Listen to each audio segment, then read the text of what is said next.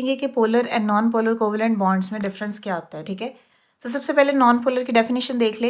When a covalent bond is formed between the two identical atoms, identical का मतलब होता है सिमिलर एटम के दरमियान अगर कोवेलेंट बॉन्ड हो, the shared pair of electron lies at the middle of the two bonded atom.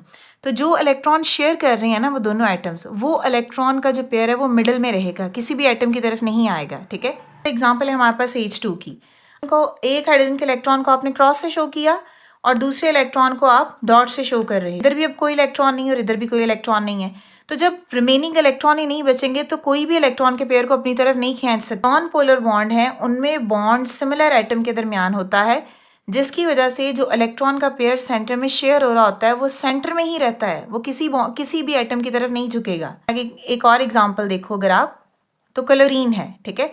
अगर आप क्लोरीन का सिर्फ लास्ट शेल ही ड्रॉ, ये 7 इलेक्ट्रॉन हम यहाँ पे ड्रॉ करेंगे, ठीक है, और एक यहाँ आ जाएगा, और इनका सिर्फ लास्ट शेल ही ड्रॉ करना है, ठीक है।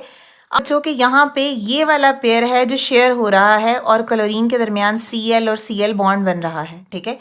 अब ये एक एक इलेक्ट्रॉन शेयर कर रहा है, तो रिमेनिंग यहाँ पे इलेक्ट्रॉन कितने हैं 6, यहाँ पे भी रिमेनिंग इलेक्ट्रॉन कितने हैं 6।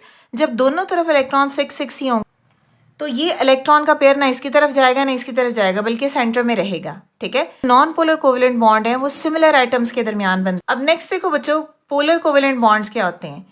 When a covalent bond is formed between the two non-identical mean two different atoms, the shared pair of electron bends toward the atoms which has more electronegativity.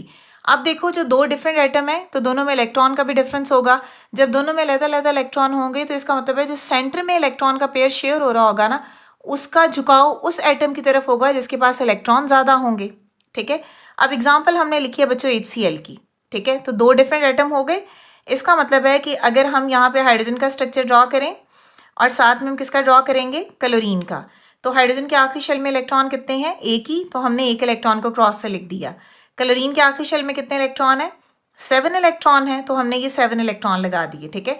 अब ये है हाइड्रोजन और ये है क्लोरीन, ये है इलेक्ट्रॉन का पेयर जो शेयर हो रहा है, ठीक है।